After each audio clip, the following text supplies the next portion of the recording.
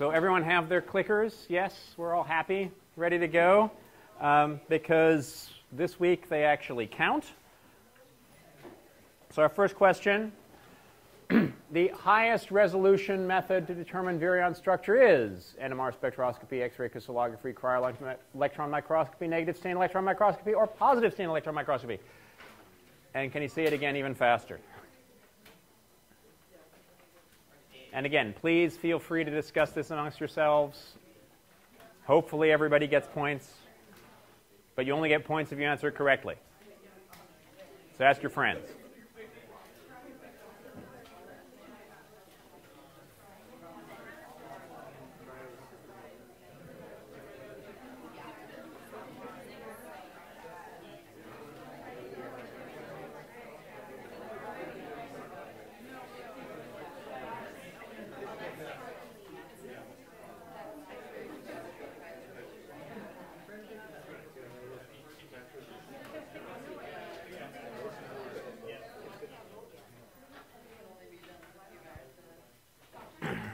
Yeah.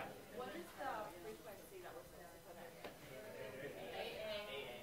AA, sorry, yeah.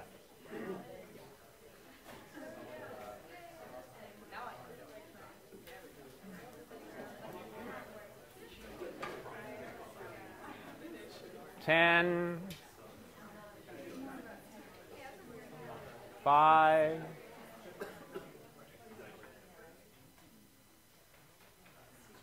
okay, we're at 65. It's a lot better than last week. Okay, so we all, or at least most of us, agree, yes, X-ray crystallography is the highest resolution method to determine virion structure. But what's the big problem with X-ray crystallography?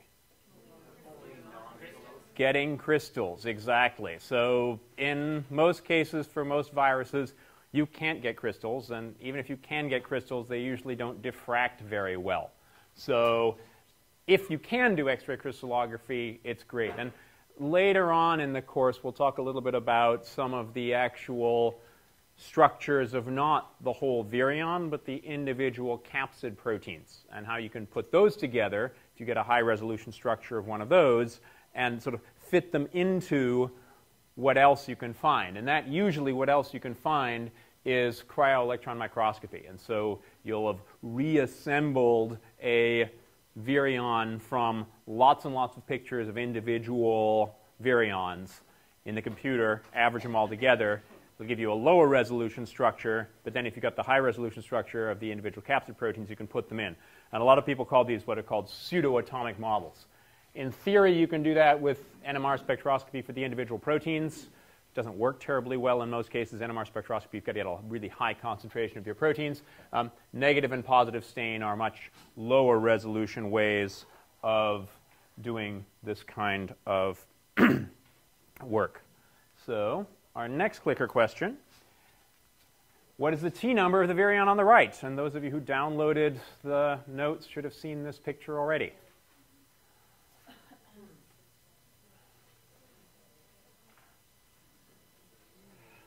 If you've got your notes, you're probably better off looking at your notes rather than what's up here. Find somebody who's got them.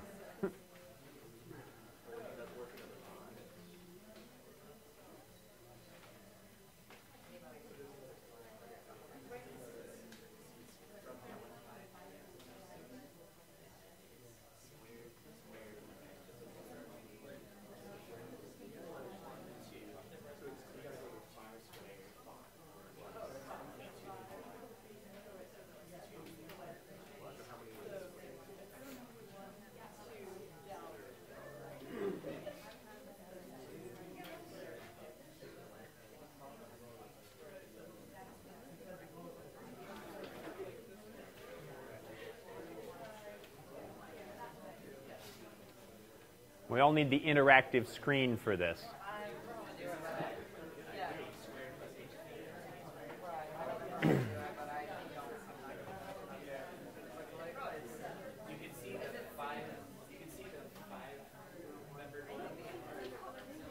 Do we need more time?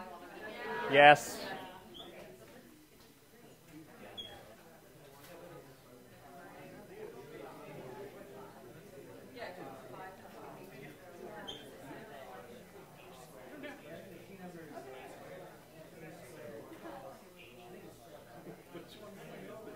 It's not one that's in the notes from last time. It's in the notes for today.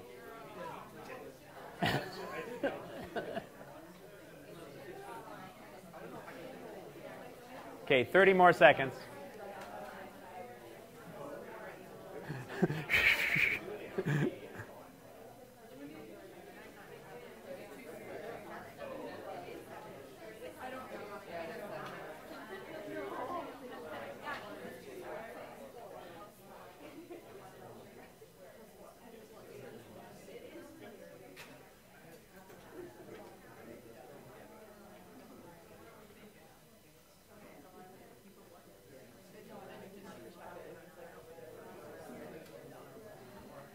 We either at a consensus or have no clue.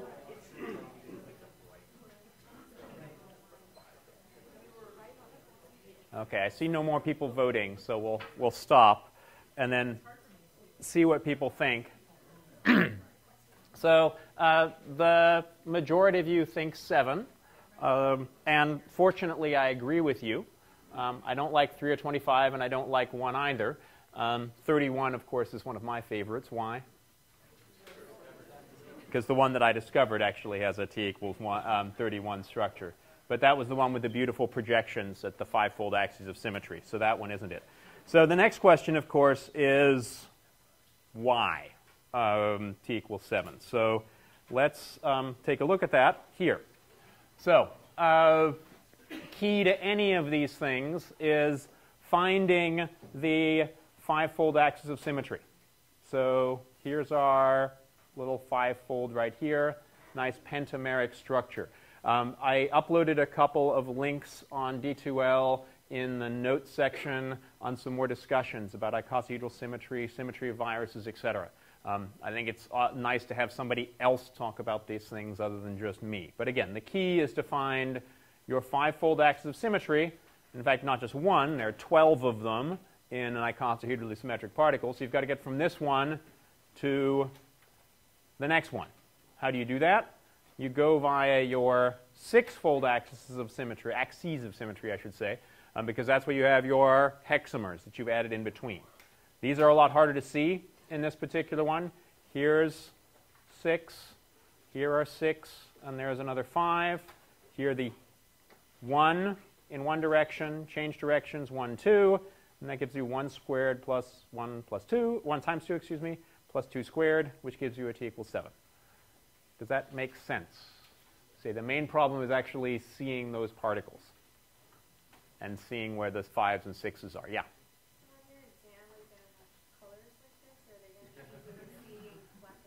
So usually on exams, and this reminds me, all my old exams are on D2L, so you can go and take a look at them. You will notice that all of the T-number questions actually have wireframe icosahedras on exams, or something which is really obvious. Now, I thought this was actually a really pretty obvious one. Maybe I guess it wasn't obvious enough. Well, but you know, what, 78% of you still seem to have gotten it. So, okay. Other questions about icosahedral symmetry? Again, I posted a couple of links to some other people talking about these online. I particularly like Stephen Harrison's version, which is like a 3 minutes on symmetry, which I think he does a really nice job of. Okay, so let's review a little bit. Classification, yes, you can put your clickers away or throw them on the ground, try and break them. Good at that. So last time we talked a little bit about the infection process, basically binding to the outside of a cell, because you've got to get in somehow. Getting in, once you get in, you've got your early genes which are being expressed, which are usually those that are important for making more of your genome. Once that genome is made, you've got to make the package around the outside. That's what the late genes are for. And then somehow you've got to get back outside of the cell. And so we're going to talk about that for every single one of the viruses we talk about for the rest of the class. Today, talk a little bit more about entry in particular. Different virus classes, how many are they? 6. Classically, there's A's and B's and all this other stuff as well. But it's all about the messenger RNA, how you get to messenger RNA, either through a reverse transcription step or directly using your genome as your messenger RNA, or somehow getting to double-stranded DNA before you can make the messenger RNA in the first place. So those are the different processes. We talk about methods again, just went over those, anti-consohedral symmetry. The only other aspect here is the quasi-equivalence, and that is that you have asymmetric subunits, so the individual capsid proteins that you put together, in two slightly different ways, either five-fold symmetric pentamers or in hexamers. So that's how you end up with these. Change structure a little bit for the lecture. We didn't get to envelope and assembly last time in virus taxonomy, so I'll do that before we review the end of this chapter. So I mentioned you make the early genes. Those are the ones that make your genome. Then you've got to put that genome into a capsid. How do you do that? Lots of different ways of doing this. You can either assemble your capsid around your genome, and this happens really quite often with non-symmetrical viruses. In some cases, and they particularly discuss this again in some of the links that I talked about, very often you can actually make a capsid from the individual capsid proteins. You just put those proteins together, they will make a capsid in and of themselves, which is really pretty amazing that these have evolved to be able to do that. And so if you have that, very often you'll have some kind of positive charging in your protein. Why do you want to have positive charge in your protein? There's a negative charge of your nucleic acid, so that's one way that you can package. Very often, this is going to be pretty non-specific binding, because if you think about the whole genome, how are you going to package that whole genome into very few numbers of capsid proteins? And so it's generally advantageous to have non-specific interactions of your capsid proteins, or at least whatever proteins are interacting with your genome. So those non-specific ones are really important. Some cases you have specific, and usually that specific aspect is how to start packaging. Start packaging, because one of the big problems that a lot of these viruses have when they're doing assembly is they want to assemble around their own genome. You don't want to assemble around all this nasty cellular stuff. Who cares about that? We want to just be able to assemble around the virus genome. So sometimes you've got some specificity there, and it's particularly known as a packaging sequence. Many cases, and particularly when you have a helical structure, very often those helical capsid subunits that are packed together in a helix also will have some place in that capsid protein that nucleic acid binds to. The classic example here is tobacco mosaic virus. Spooling is another example of genome packaging. This is what happens with our friends, the bacteriophage. Brought my little model here somewhere. Bacteriophage T4 is probably the best understood of these. And basically, what happens in those cases is you make the bacteriophage, just the protein, and then you stuff the genome inside it. And that's also known as spooling. And it turns out that the structure of the DNA, which is inside there, is almost crystalline. And in fact, so crystalline that Watson and Crick used this to sort of confirm their model for B-form DNA, just by putting bacteriophage into their X-ray beam. Genome packaging proteins, very often you have these, particularly for an enveloped virus. They can be in the inside. And then for some cases, and particularly cases like bacteriophage, where you've got a pretty complex protein structure, very often you'll have other proteins that are involved in making the structure that you then get rid of before you put the genome in. And those are the scaffolding proteins. We'd mentioned these before, but I wanted to mention them again. Two flavors of viruses. I should say virions, really. It's extracellular part. Got naked, and the enveloped version.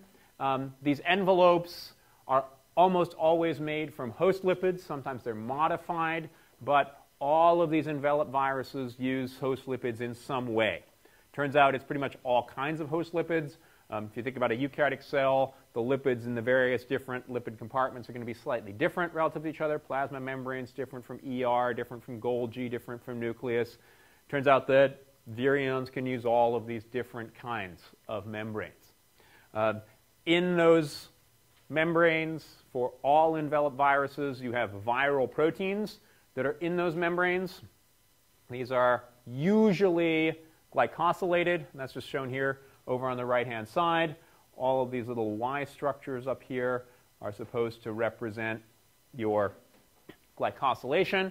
And that's true also for most secreted proteins. If you think about membrane proteins that you have on the outside of a cell, they're almost always going to be glycosylated as well.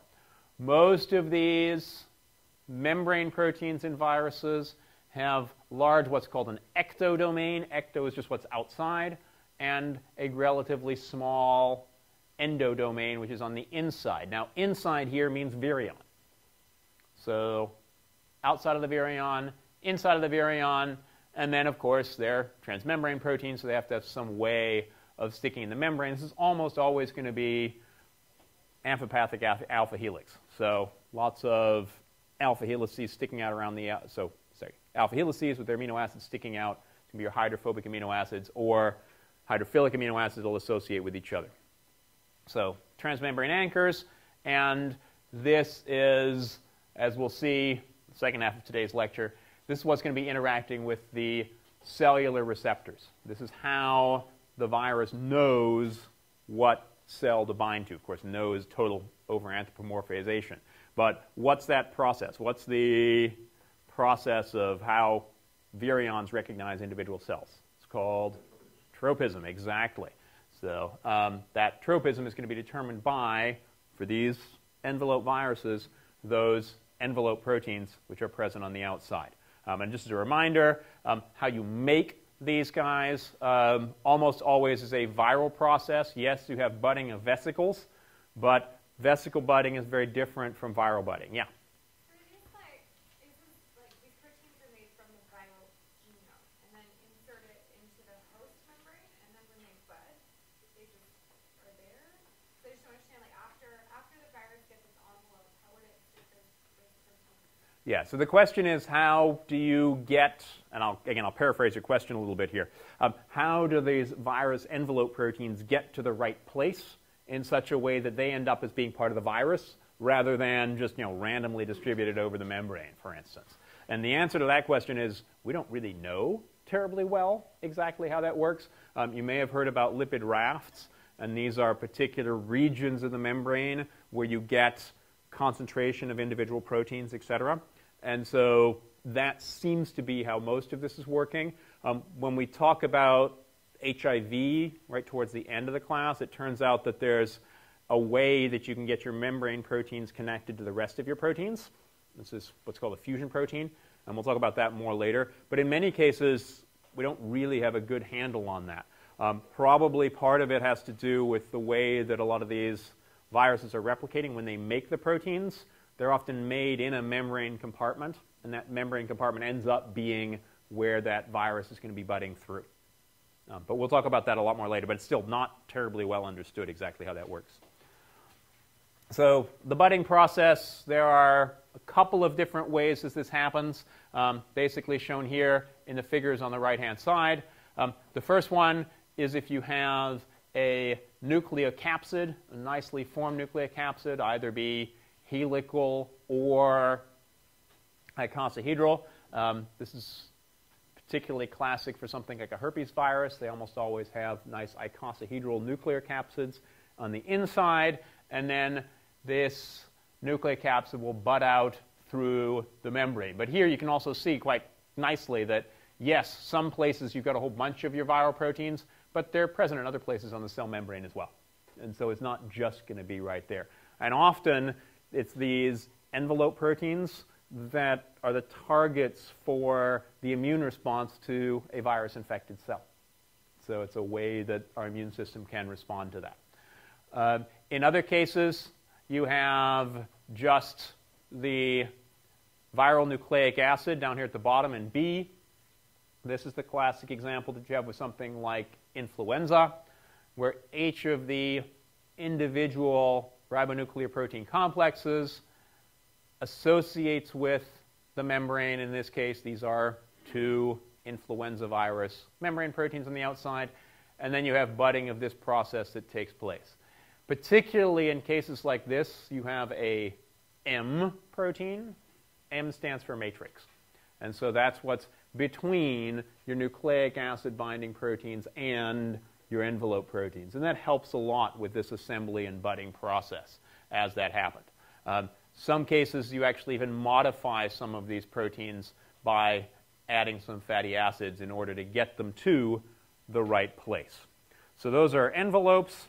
We mentioned already that virus structures are really kind of torn between being really stable because they've got to survive on the outside of the cell, but then also be really unstable because once they get to the right cell, they need to be able to release their genome really quite easily.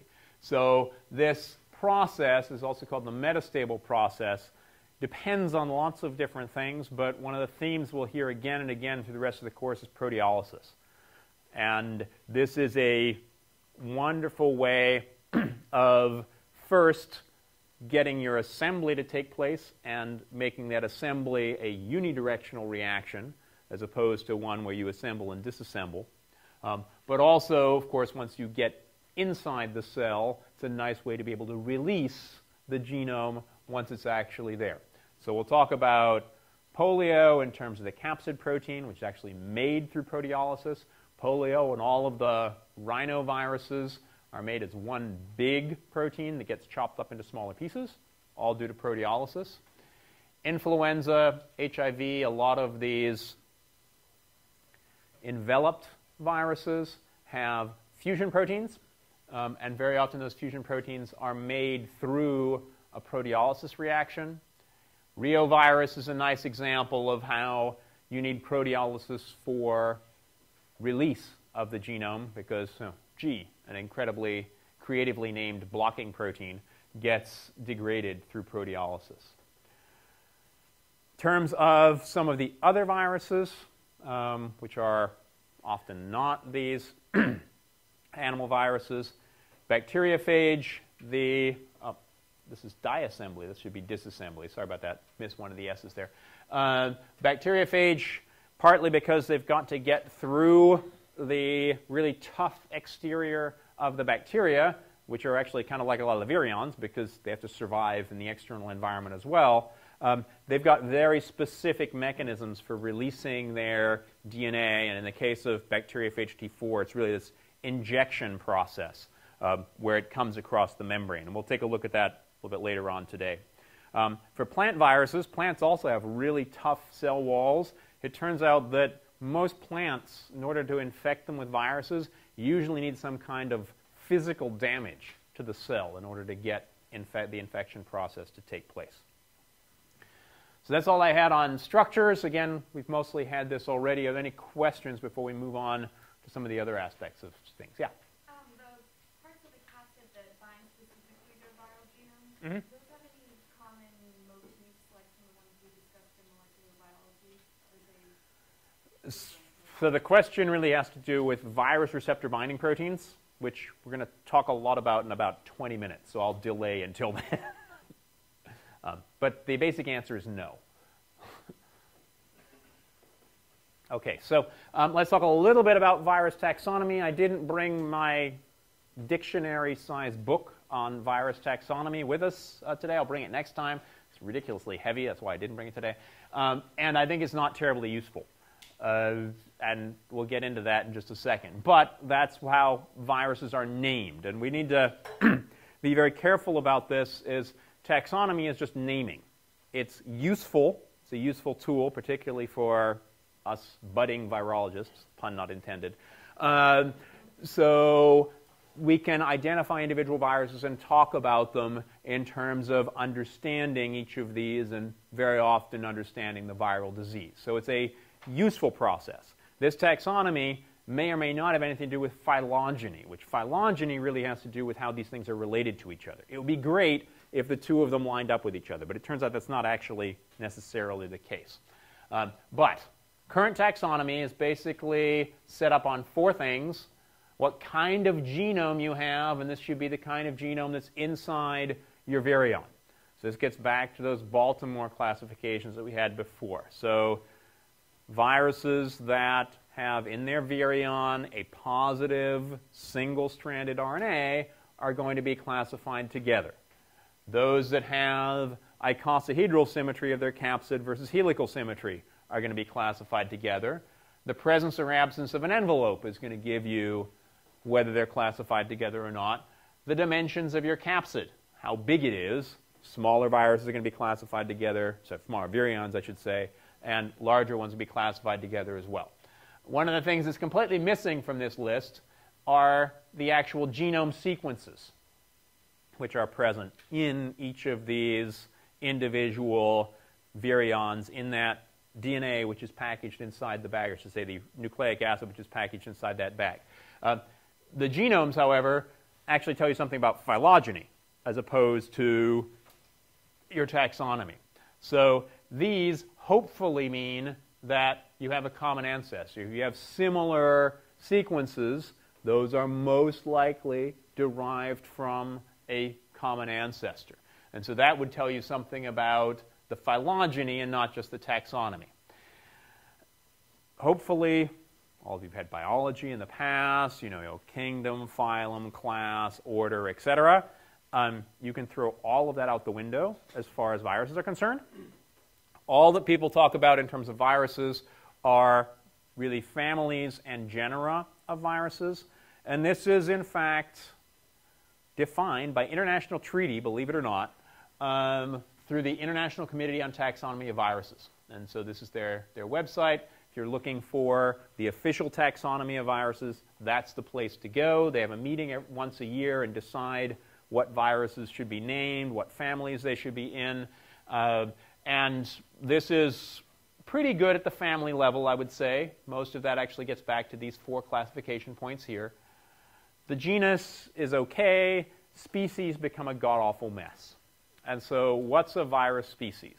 When you think about the biological species concept, okay, fine, you know, being able to breed with each other and get viable offspring, but that just absolutely, completely falls apart in terms of viruses. And so there's a lot of discussion about what makes a virus species. Is it a new species of virus? Is it a different species of virus, etc.? I would say much more important are these new families down here at the bottom and how you define those. Talking about individual species ends up really being kind of a mess. But that being said, this overview, the family, is actually really quite a good way of thinking about viruses, because all the viruses in one family are generally related to each other, although that's going to be the big discussion that I have in Finland in 2 weeks about whether the viruses they discovered really belong in one family or not. So we shall see. Overviews again for what we're going to be talking about for the rest of the course. DNA viruses are really the ones that have the most diversity, not only in terms of the size of their genomes. Some of them are smaller than 2,000 bases in terms of the length of the genome, which is really pretty amazing that that's enough to be able to survive with. And the largest are more than 2.5 million base pairs, and actually the larger ones are now almost as much as 3 million base pairs in size. Compared to bacterial, some of the archaeal genomes is actually bigger than some of those. So these viruses actually have bigger genomes than some bacteria. So interesting questions there. In terms of DNA viruses, you've really got 2 flavors, either the single-stranded DNA viruses or the double-stranded DNA viruses. And again, these are those which are being packaged inside your virion. The single-stranded DNAs have a tendency to be smaller, although I need to update this number. I think we're actually up to 22 kilobases here. And one thing to bear in mind is a kilobase. It's not a kilobase pair. So up to 14, actually about 22 kilobases right now. These have very well-defined structures. Again, particularly the virions, not surprising. If you've only got 2,000 nucleotides to be coding whatever you have, almost all of that's going to be in your capsid protein. And so these are going to be very simple structures. Turns out you find these viruses pretty much all over the place. Bacteria, environmental samples, plants and animals. In fact, environmental samples is where you find a huge diversity of these single-stranded DNA viruses.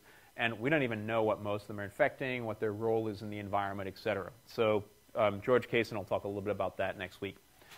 Double-stranded DNA viruses, the best known of those are our friends, the bacteriophage, probably the most common viruses on this planet, again, with potential exceptions, these single-stranded DNA viruses. And these double-stranded DNA viruses can be more than millions of base pairs in length. They're really pretty huge, and in fact, a lot of what we know about molecular biology is from studying these double-stranded DNA viruses, and particularly the bacteriophage. RNA viruses, this is unique now to viruses. Positive strand, negative strand, and double-stranded RNA viruses. The positive strand are usually pretty small. Their virions are usually not enveloped, although we'll talk about some exceptions to that. These will be the smaller ones. The larger ones are enveloped viruses. The most infamous of those are the SARS, MERS, etc. viruses, which are circulating right now. Most of them have a single molecule genome. So I like to think of these as individual chromosomes. Now, it turns out that there are some viruses which have what are called segmented genomes, and those I like to think about as a number of different chromosomes. Many of the negative strand RNA viruses we talked about before, these are some of our nasty diseases like Ebola, influenza, etc. These have helical, and this should really be nucleocapsid, because almost all of these guys are enveloped. But their genomes, the RNAs, and it turns out many of these are segmented again, so they've got multiple different pieces of RNA that then make up the rest of the genome. Double-stranded RNA viruses are evolutionarily probably pretty closely related to these negative strand RNA viruses. Many of them have segmented genomes as well. A number of them actually have icosahedral capsids, and unfortunately we don't have that much time in this class to go over some of these double-stranded RNA viruses, maybe right towards the end. The last sort of major class are the viruses which replicate via reverse transcription. These virions can package either RNA, which is what we talked about before, sort of the classic example of Baltimore's retrovirus class are the ones that have RNAs, and those RNAs become DNAs integrated in the genome, etc. And so they go through this double-stranded DNA intermediate. Turns out that there are also a number of retroviruses which package DNA, but still have to go through an RNA intermediate. So there are a number of those, the HepaDNA viruses in particular, and the caulemoviruses. We'll talk about naming a little bit later on, but the plant virus researchers love to name these viruses by what they infect and what the phenotype is of that infection. So a caulemovirus is a cauliflower mosaic virus. So we'll see more and more of that as we move along here. I wanted to briefly mention the defective viruses. These are things that are, again, discussed in the textbooks. Some people include them in virology classes. Other people don't include them. I include them for one slide, being this one. And that has to do with these so-called viroids down here at the bottom. Viroid is just RNA, no capsid whatsoever. It doesn't encode a capsid. Actually, a lot of these RNAs don't encode anything. But they can still replicate and are somehow infectious. How they get from one organism to the other is still a very open question, how these actually can move around. And people think these may be remnants from the so-called RNA world. So way back when at the very origins of life, when we didn't have any proteins or annoying DNA or anything like that around. Satellite viruses, on the other hand, we will talk about a lot more for the rest of this class. These satellite viruses can't replicate in the absence of another viral infection. And so we'll talk about a number of these as we move along through the rest of the class. Now, I want to do a bit of an aside here, because, again, it's this virus that I discovered. But this, I think, is a nice example of how we need to start thinking in a broader sense about virus taxonomy, where these viruses come from, and maybe move beyond this whole idea of virus families and unify some of this. You know, one of the great things about looking at cellular life is it's pretty clear it all had a single common ancestor. But what about viruses? Where did viruses come from? We don't know, but we have some evidence that they're really, really old. And so that evidence comes from, among other viruses, this one, STIV, and this is all work that was done by Jack Johnson at the Scripps Research Institute and his postdoc Liang Tang. They solved the structure of this virion with cryo-electron microscopy, and one of the things they noticed, which was really interesting, is that the capsid structure here, and particularly where you had all those hexamers. The pentamers are really fascinating and interesting, but you couldn't get much evolutionary information out of them. But they noticed that the hexamers, every of those places in between those pentamers, where you get to your T equals 31, these actually had structures, or at least the structures of these hexamers looked a lot like hexamer structures that had already been known from some bacterial viruses and some human viruses. Now, this was really bizarre because the virus here infects archaea. And hopefully you remember from principles or microbiology or any of these other previous courses that bacteria, archaea, and eukarya are really different from each other in evolutionary space. It probably came from that last universal common ancestor and then diverged from there. So it's really bizarre that viruses that are infecting all three of these domains of life have really similar structures. Turns out the major capsid protein that was solved a little bit later has almost identical structure as well. How could this be happening? Could be horizontal gene transfer. Clearly viruses move genes around. We think that's not terribly likely. You could have convergent evolution. This is the only way to make viruses. Turns out we know there are lots of other ways to make viruses as well. We think this is evidence for a common ancestor for all of these different virus types. Well, if there was a common ancestor for all of these different virus types, it must have been around back at the origins of cellular life. So we think there was a virus that looks like this, or looked like this, of course, much more like mine, way back at the very origins of life. Now, what does this mean about virus classification? It means we need to be looking at structures of viruses and the structures of the proteins. One of the things I didn't tell you is if you look at the sequences of the major capsid protein genes of these different viruses, they don't look similar at all to each other. Completely different. No detectable sequence similarity, yet identical structures, or more or less identical structures. So we think this means you need to be thinking about virus structure in terms of thinking about how viruses are related to each other, not just who they're infected, what their genome is, what their size is, etc. So these are the new methods that I think we need down here.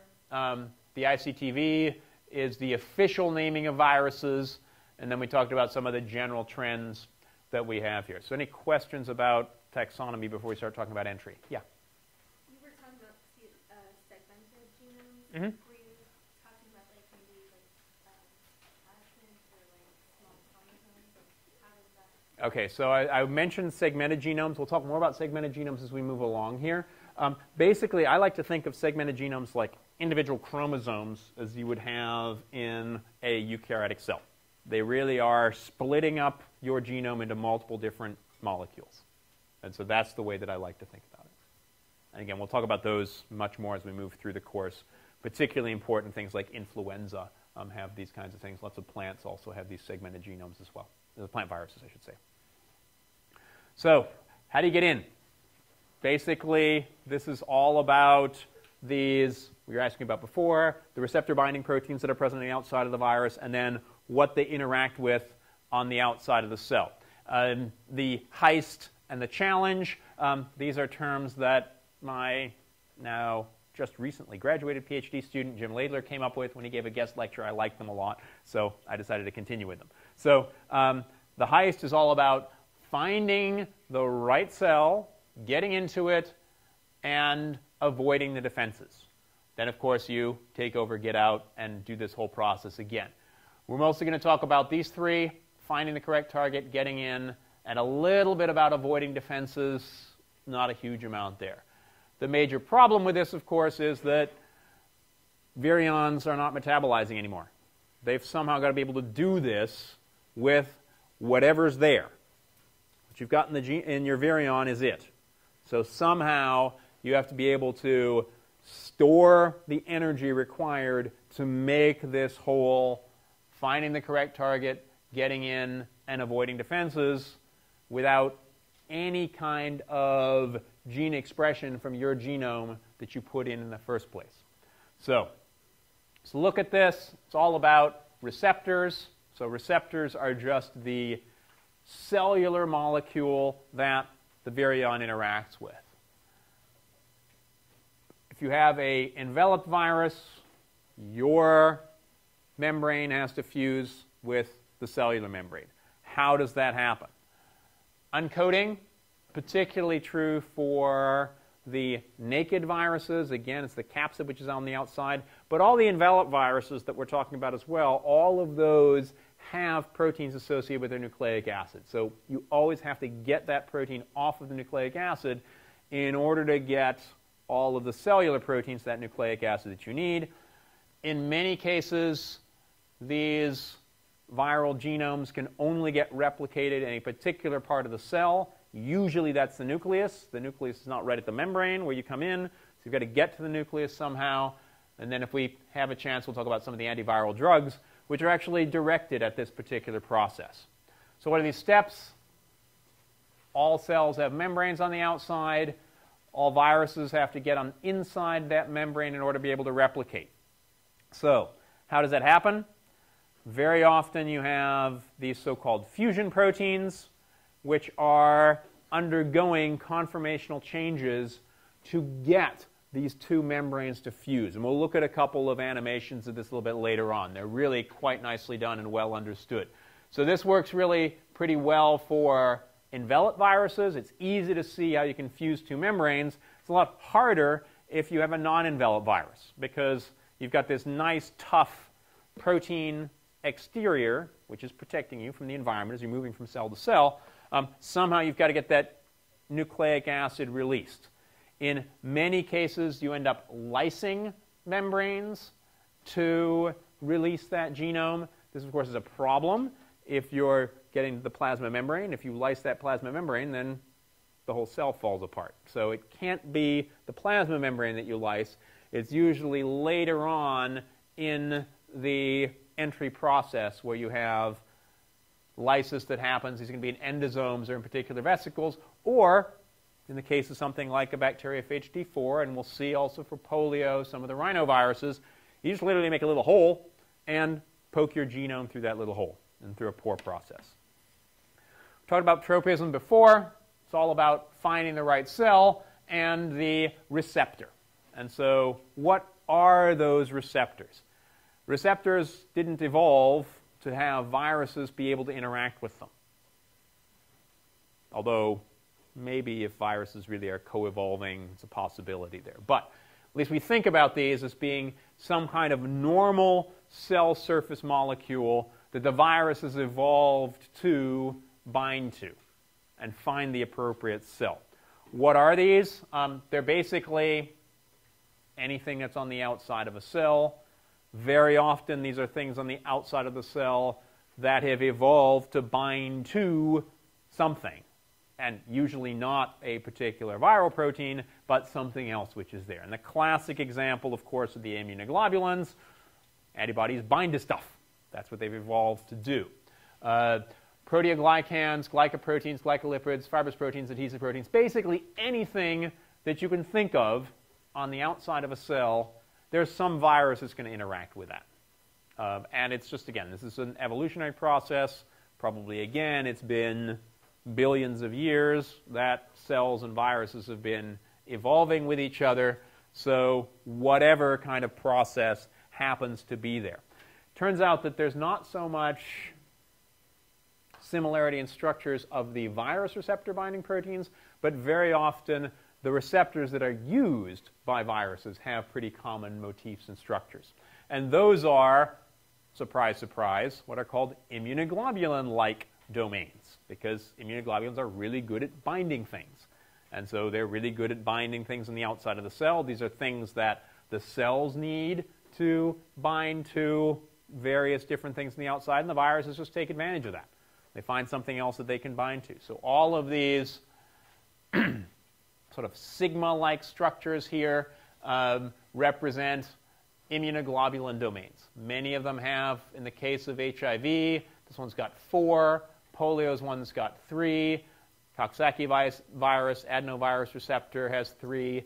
Many of these have these immunoglobulin-like domains that are attached to them. They're all, as you notice, membrane proteins, because that's, of course, where the virus is going to be interacting on the outside. I don't expect you to remember all of these. This is way too much. But that we have these immunoglobulin-like domains is a really pretty typical aspect. But again, these are your typical membrane proteins, transporters, receptors. things are going to be interacting with other immune cells. CD4 is important for interacting with T cells and other kinds of T cells. So things that are going to be interacting with other extracellular molecules or other extra proteins. We also have a number of examples where viruses interact with sugar molecules on the outside. I don't know if you remember the hemagglutination assay that I showed you, the one that was so easy I could do it. That's dependent on viruses interacting with sugar molecules on the outside of the cell, particularly sialic acid. And that's what's shown up here at the top here. Each of these orange and yellow dots represent this sialic acid. Many cells, including red blood cells, have these glycoproteins on the outside. Viruses bind to those and interact. What do these virus receptor binding proteins look like? And the answer is sort of everything. But they very often are going to be sticking out of the virion, again, not surprisingly, if you're going to interact with, and this is all random interaction. Again, it's the Poisson distribution. Gives you a pretty good estimation of how these things are interacting with each other. There's no will, malice, etc. It's just a numbers game. And if you're going to be interacting with cell surface molecules, you're going to have something that sticks away from the virion. And so this is an example here of the influenza receptor binding protein that binds to sialic acid here. This is probably one of the best understood and characterized of these receptor binding proteins. So surface glycoproteins, almost all of these, again, as I mentioned before, are going to be glycosylated as well. Most of them are going to be these projections that come off of the virion, but curiously enough, there are a few cases, and we'll talk about these when we talk about poliovirus in, I think, about a week and a half, where the interactions are actually with depressions in the surface of the virion. So it's not just these extensions here. And in many cases, you have receptor-mediated endocytosis. So if you think about a lot of these cell surface molecules, what are they involved in?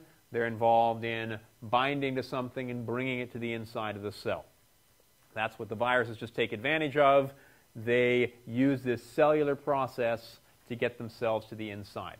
Let's look at a couple of these molecules that are the receptors in a little bit more detail. This is the molecule called ICAM1, intracellular adhesion molecule 1, binds to stuff, not surprisingly, has 5 different Ig domains, immunoglobulin-like domains, and interacts with a whole bunch of different proteins and different viruses. So again, the names here are not important, but this green one is a protein, this blue one's a protein, here's another blue protein, and then right here is where it interacts with one particular virus, and again, the name here is not critical. If you look at immunoglobulin domains, they're almost always these beta strands with loops at one end, and it's those loops where you have the interaction with antigen, but also usually that's where you're going to have your virus interaction as well. And so here's an example of those 2 loops right here. This is actually the crystal structure of D2 and D1 from this particular structure. Again, these beta strands with loops at one end, and it's these loops that are going to be interacting with the virus. Here is that example of now the virion. It's one of the triangular faces on the surface of that virion. Here it's interacting at the intersection of 3 of these virus capsid proteins right here, so that's your interaction. This is again one of those cases of where it's binding more towards the bottom. This is the poliovirus receptor, also has an immunoglobulin-like fold. Everybody thought it was going to interact here with the loops at the end.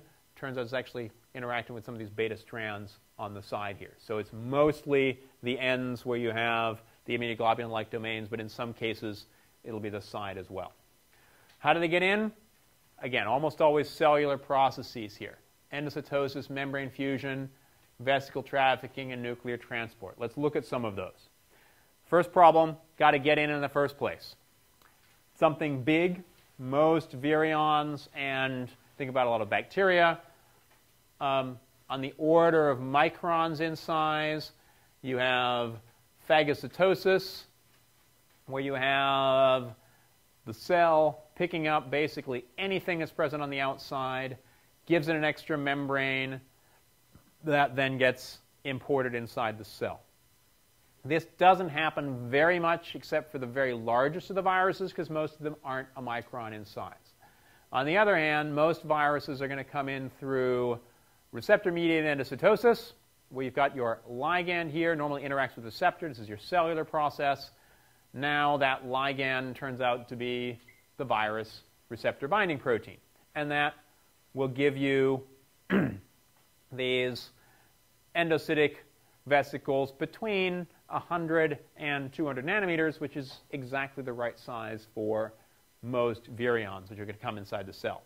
If you've got really small processes, the cell drinking process, pinocytosis, this is how small molecules very often get taken up on the inside of cells. Some of the very small viruses are going to come in this way as well. But for the most part, for viruses, it's going to be, say, virions, it's going to be receptor-mediated endocytosis. Once you get in, where do you get to? This is one of the more complicated, complicated is one word term for it, figures in the text. This is wonderful review for a whole bunch of different viruses. So if you're thinking about reviewing for an exam, you're interested in looking at transport for some of these viruses, each of these have very nice cartoons. So HIV fuses at the membrane, gets to the nucleus. Influenza, receptor-mediated endocytosis, released, replicates in the nucleus. Adenovirus, naked virus, comes into the endosome, gets to the nucleus. Herpes virus fuses at the outside, has this nucleocapsid, comes in, gets to the nucleus. Hepatitis B virus fuses through the endosome, is released, gets into the nucleus. Parvoviruses, these are those very few that get taken up by pinocytosis. What does this tell you about parvovirus capsids? They're really small. Pinocytosis also end up in endosomes, end up in the nucleus. SV40 that we'll talk about a little bit later is a naked virus that gets in through a slightly different process. This is caveolins. Ends up, however, still in the nucleus. Why in the nucleus? There should be a really common theme here. Okay, transcription is taking place there, but probably much more important if you're a DNA virus is that's where the DNA polymerases are. So DNA polymerases all are going to be present in the nucleus. We'll talk about some of the reasons that some of these RNA viruses, influenza virus, for instance, is an RNA virus. This needs to be in the nucleus, but it actually has nothing to do with transcription. It has nothing to do with DNA replication because it's an RNA virus. It has everything to do with cellular transcription. And you have to be cellular transcription to get replication there. All these other guys here are DNA viruses. DNA polymerases are all in the nucleus. All of the deoxyribonucleotide triphosphates are in the nucleus. You have to be in the nucleus in order to be able to replicate. How do you get there? Some cases you actually have to wait for mitosis. Sometimes you take apart your whole capsule completely. Sometimes, the capsid. Sometimes you don't take it apart completely, just part of it. That's what you have in the case of some of these smaller ones, like hepatitis B virus. And in some cases, the whole virus gets into the nucleus. SV40 is a nice example of that. And it turns out that a lot of what we know about DNA replication comes from the study of some of these small DNA viruses. How do naked viruses get inside the cell? Again, mostly through endosomes, receptor-mediated endocytosis. Somehow, however, you have to get out of this endosome. So how does that happen? Can either be fusion of different cells, plasmodesmata, which is what happens in plants, or sometimes you also have these movement proteins. We also talk about pore formation, picoRNA viruses, which is another way of talking about poliovirus is the classic example. It really reacts a lot like a bacteriophage. It just makes a hole in terms of getting itself into the genome. Enveloped viruses, this is, again, hopefully not beating the dead horse here, fusion between the viral membrane and the host membrane. Sometimes it's going to happen at the outer membrane, the plasma membrane. Sometimes it'll happen at an endosomal membrane as well.